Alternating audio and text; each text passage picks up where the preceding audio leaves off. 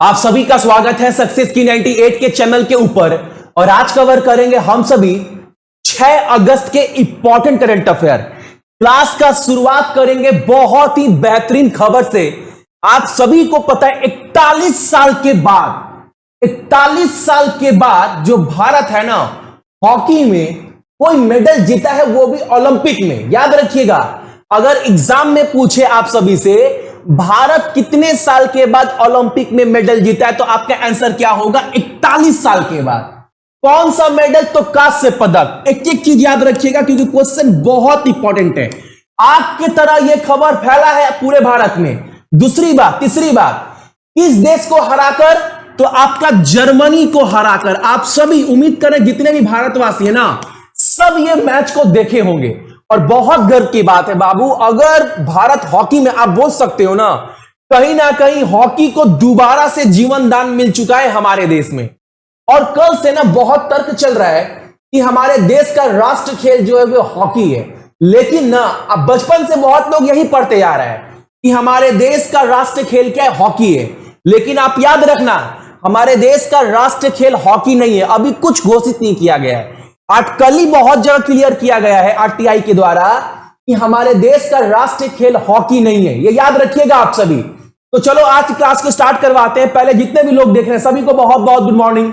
और आज का दिन अगर आपका बहुत अच्छा हो और क्लास अच्छा लगता है तो एक लाइक कर दीजिएगा। और चैनल के ऊपर अगर नए है ना तो चैनल को सब्सक्राइब कर देना, ताकि एक एक क्लास का नोटिफिकेशन आपके फोन पर चला जाए। और करेंट अफेयर जितना मैं पढ़ा रहा हूं इतना ही आपको पढ़कर एग्जाम में जाना है। और इसका सारा का सारा पीडीएफ आपको कहां पर मैं डाल देता हूं? तो टेलीग्राम वाले ग्रुप के ऊपर, जिसका नाम क्या है आपका? सक्सेस की 98। तो आज का पहला क्वेश्चन, आज कौन सा तारीख है? 6 अगस्त। क्लास कब चलता है आपका? तो सुबह 8 बजे। आज 6 अगस्त है तो आप सभी को पता होगा 6 अगस्त को क्या हुआ था। भैया हमको याद है 1945 में ना जब दूसरा विश्व युद्ध चल रहा था, उस समय ना जापान का जो शहर है हिरोशिमा, उसके ऊपर बम गिराया गया था। तो एग्जाम में यहां से ना 3-4 क्वेश्चन बनता है और तीनों 4 क्वेश्चन मैं क्लियर कराऊंगा आप सभी को। पहला क्वेश्चन, हिरोशिमा पर बम कब गिराया गया था? 1945 में, 6 अगस्त 1945 में। और 3 दिन के बाद यानी 9 अगस्त को नागासाकी पर भी बम गिराया गया था। तो दोनों डेट याद रखना। अगर एग्जाम में बोले नागासाकी के ऊपर बम कब गिराया गया था तो 9 अगस्त 1945, हिरोशिमा पर तो 6 अगस्त 1945। अब एक क्वेश्चन आपके एग्जाम में ना अधिकांश बार यह पूछता है कि जो 6 अगस्त को बम गिराया गया था ना, उस बम का नाम क्या था? तो सभी याद रखना वो बम यही है। इस बम का नाम क्या है? तो आई थिंक सभी को पता होगा, लिटिल बॉय। हिरोशिमा पर कौन सा बम गिरा था? तो भैया लिटिल बॉय। नागासाकी के ऊपर तो भैया फैट मैन। एकदम बाबू, ये एनटीपीसी में 2021 में पूछा जा चुका है। तो आपको 2-3 चीज याद रखना है। एक तो 6 अगस्त को हिरोशिमा, 9 अगस्त को नागासाकी 1945 में। हिरोशिमा पर कौन सा बम? तो लिटिल बॉय। नागासाकी पर फैट बॉय। तो आपको बताना हिरोशिमा दिवस किस तिथि में है? तो आपका 6 अगस्त को। इस क्वेश्चन को लेकर किसी को भी डाउट? भैया इस क्वेश्चन को लेकर कोई डाउट नहीं है। और करेंट अफेयर बिना एक क्वेश्चन छोड़े कितने देर में कवर करना है? तो 10 मिनट के अंदर। ठीक है, चलो आज का दूसरा क्वेश्चन क्या है हमारे सामने? 18 साल के बाद पहली बार ना पाकिस्तान में ये क्रिकेट टीम क्रिकेट खेलने जाएगी। ऐसा क्यों भैया? आज तक 18 साल में कभी गए नहीं। देखो बाबू, पाकिस्तान का नाम सुनते ना मेरे मुंह से गाली निकलता, किसी के मुंह से। आतंकवादी देश है, कब हमला कर दे। तो हर देश चाहता है हमारे खिलाड़ी जो है वो सुरक्षित रहे। बहुत दूर नहीं जाऊंगा, कुछ साल पहले आपको पता होगा, अगर क्रिकेट के प्रेमी है तो श्रीलंका खेलने गए थे, याद है, पाकिस्तान में। और बस के ऊपर धड़ाधम गोली अटैक हो गया था। उसमें कितने सारे खिलाड़ी इंजर्ड हो गए थे श्रीलंका के। विक्रम सिंघा, समरवीरा, कितने लोगों को गोली लग गया था। तो बाबू पाकिस्तान जाने में बहुत खतरा है, आतंकवादी देश है। ठीक है, तो 18 साल के बाद ना न्यूजीलैंड ने यह फैसला किया है कि पाकिस्तान में जाकर वो क्रिकेट खेलेंगे। किस देश ने? न्यूजीलैंड ने। न्यूजीलैंड के बारे में सबको सब याद है ना, मैं बहुत बार करवाया हूं। राजधानी क्या है एक बार बोलिए या कमेंट करिए। वेलिंगटन। ठीक। मुद्रा न्यूजीलैंड डॉलर। और यहां की प्रधानमंत्री बहुत खूबसूरत, क्या नाम है? Jacinda Ardern. ये चीज एकदम दिमाग में बैठा लो, मेरे साथ बोलो आप सभी। प्रधानमंत्री जैकिंडा आर्डर्न वेलिंगटन राजधानी ऑस्ट्रेलियन डॉलर न्यूजीलैंड डॉलर मुद्रा इस्तेमाल करते हैं। अगला क्वेश्चन हमारे सामने क्या है? भारत अंतरराष्ट्रीय यात्रा करने के लिए यूके यानी अंग्रेज में यानी इंग्लैंड में यानी यूनाइटेड किंगडम में ब्रिटेन के ट्रैफिक लाइट सिस्टम की किस सूची में आ गया है? क्वेश्चन क्या बोला समझे नहीं भैया? सुनो, आप सभी को पता होगा ना, इस कोरोना काल में सभी देश क्या बोल दिया था कि जितने भी विदेशी लोग हैं वो हमारे देश में नहीं आएंगे। ठीक है, क्योंकि बाबू कोरोना फैल रहा था तो विदेश से जो भी यात्रा रहे उसको हर देश क्या कर रहा था? मना कर रहा था। लेकिन अब जो अंग्रेज है, जो ब्रिटेन है, वो बोल दिया है ना, पहले भारत को ना रेड सूची में डाला गया था कि भारत के लोग जो है वो नहीं आ सकते रेड सूची में। लेकिन अब ये सूची भारत के नाम के आगे से हटा दिया गया है। भारत को किस सूची में डाल दिया गया है? तो एम्बर सूची में। अब क्या होगा ना, भारत के नागरिक जो है वो ब्रिटेन में जा सकते हैं, घूम सकते हैं, लेकिन एक शर्त लगा दिया गया है, उनको 10 दिन तक ना कम से कम क्वारंटाइन यानी 10 दिन तक कहीं होटल में रहना पड़ेगा। उसके बाद 10 दिन तक अगर वो ठीक रहे उसके बाद वो उनका देश घूम सकते हैं। कौन सा देश? तो यूके। एकदम याद रखिएगा। अच्छा, यूके के प्रधानमंत्री का नाम मैंने बहुत बार बताया है, बहुत लोगों को पता भी है। अगर जिनको नहीं पता है आप एक बार बोलो कि भैया ब्रिटेन का प्रधानमंत्री का नाम क्या है? Boris Johnson. बहुत बार बताएं एकदम। और कभी पूछे तो आप बोलिएगा भैया याद किए हम लोग भी। क्या? Boris Johnson. मुद्रा पाउंड स्ट्रीलिंग। क्या? Pound Stirling. और राजधानी क्या है? लंदन। एकदम किसी भी देश के बारे में, किसी संगठन के बारे में, बैंक के बारे में आपको यही पढ़ना 10 से 12 मिनट के अंदर। अगला क्वेश्चन हमारे सामने क्या है? अयोध्या का भव्य मंदिर यानी भगवान राम मंदिर जो है वो कब से खोल दिया जाएगा भक्तों के लिए? अभी आपको पता है ना, अभी बन रहा है, बहुत काम चल रहा है। सुरक्षा को नजर में रखते हुए जो है वहां पर श्रद्धालु जो है वो नहीं जा सकते। लेकिन अब उत्तर प्रदेश सरकार बोल दी है ना, दिसंबर 2023 से ना वहां जाकर जो है श्रद्धालु दर्शन कर सकते हैं भगवान राम का। कहां पर? राम मंदिर में। ठीक है। रघुकुल रीत सदा चली आई, प्राण जाए पर वचन ना जाए। ठीक है, राम सिया राम। अगला क्वेश्चन हमारे सामने, किस राज्य सरकार ने घर घर स्वास्थ्य सेवा पहुंचाने के लिए, क्या बोला? कौन सी राज्य सरकार घर घर स्वास्थ्य सेवा पहुंचाने के लिए एक योजना लॉन्च की है? उस योजना का नाम क्या है? मक्कलाई टेढ़ी मारुथुअम। एकदम याद रखिएगा, घर घर स्वास्थ्य सेवा पहुंचाने के लिए योजना का उद्घाटन किया गया स्टालिन के द्वारा, जो तमिलनाडु के मुख्यमंत्री हैं। और तमिलनाडु का राज्यपाल बनवारी लाल पुरोहित, संजीव बनर्जी मुख्य न्यायाधीश, 38 लोकसभा 18 राज्यसभा और चेन्नई राजधानी। मेरे साथ साथ बोलिए, आप बस वो मत देखिए, वरना जहां पर आज आप हैं ना, 1 महीना के बाद आप वहीं रहेंगे।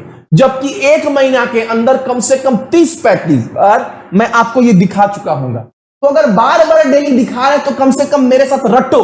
एमके स्टालिन मुख्यमंत्री, संजीव बनर्जी मुख्य न्यायाधीश तमिलनाडु का, बनवारी लाल पुरोहित कौन है भैया?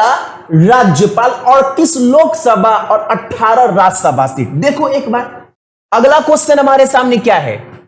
भारत ने हाल ही में कौन से संगठन के साथ ना जितने भी भारत में डैम है, जितने भी बांध है, उसको और मजबूत किया जा सके, उसकी सुरक्षा बढ़ाई जा सके। ठीक है, इसके लिए ना भारत ने इस संगठन के साथ $250 मिलियन का ऋण लिया है। उससे नहीं बोल यानी कौन सा संगठन है ना जो भारत सरकार को $250 मिलियन का ऋण लोन देगी ताकि भारत में जितने भी बांध हैं उसको मजबूत किया जा सके। तो भैया ये लोन ना विश्व बैंक यानी वर्ल्ड बैंक देगा। अगर मैं बोलूं वर्ल्ड बैंक का गठन पता है तो आप बोलेंगे भैया अनगिनत बार बताए हैं 1944 में इसका गठन हुआ है। मैं बोलूंगा वर्ल्ड बैंक का अध्यक्ष का नाम पता है, एक एक वर्ड मैं बहुत प्यार से बोल रहा हूं, जितने लोगों को नहीं पता एक बार बोलिए, डेविड मालापास। क्या नाम बोले? David Malpass. और इसका मुख्यालय कहां पर है? अमेरिका में। ठीक है, एकदम cut to cut question clear. अगला क्वेश्चन हमारे सामने क्या है? आपको मैंने बहुत दिन पहले बोला था 2021 का जो यूरो कप है फुटबॉल वाला वो किसने जीता था? इटली ने। बताए थे ना, और एग्जाम में क्वेश्चन आपका बना। और साथ में ये भी बताए थे जो कोपा अमेरिका जो ये प्रतियोगिता है फुटबॉल का वो अर्जेंटीना जीता है। ये दो को याद रखिएगा। तीसरा का याद रखिएगा कॉन्कैफ गोल्ड कप 2021 का जो ये प्रतियोगिता है ये अमेरिका ने जीता है। किसको हराकर? मैक्सिको को हराकर 1-0 से। एकदम याद रखिएगा। एक बात मेरे साथ बोलिए, Euro Cup Italy, Copa America Argentina, CONCACAF Gold Cup America. ठीक, कोपा अमेरिका कौन जीता है बाबू? Argentina. CONCACAF Gold Cup America जीता है। अगला क्वेश्चन हमारे सामने है कि ग्लोबल यानी फॉर्च्यून ग्लोबल के द्वारा ना 500 कंपनी की सूची जारी किया गया है। कैसा सूची भैया? कौन कंपनी कितना कमाता है? इस मामले में इस 500 सूची में भारत का कौन सा कंपनी सबसे आगे है, वो भी $63 बिलियन के साथ। तो एकदम याद रखिएगा इस सूची में ना रिलायंस जो है वो भारत के तरफ से आगे। कितने नंबर स्थान पर है? तो 155 नंबर स्थान दिया गया है। ठीक है, तो आप बोलेंगे कि भैया एक नंबर पर कौन सा कंपनी है? तो अमेरिका की कंपनी ना वॉलमार्ट। आपने नाम सुना भी होगा, आपको पता होगा फ्लिपकार्ट का ज्यादातर शेयर आप बोल सकते हो फ्लिपकार्ट जो है वो किसकी कंपनी बन चुकी है? तो वॉलमार्ट की। जैसे ऑनलाइन का बादशाह कौन है अगर बोला जाए, ऑनलाइन पर सबसे ज्यादा बिक्री किसका होता है? तो अमेजन का, फ्लिपकार्ट का। उसी तरह ना ऑफलाइन यानी ऑफलाइन मार्केट का बादशाह कौन है? वॉलमार्ट।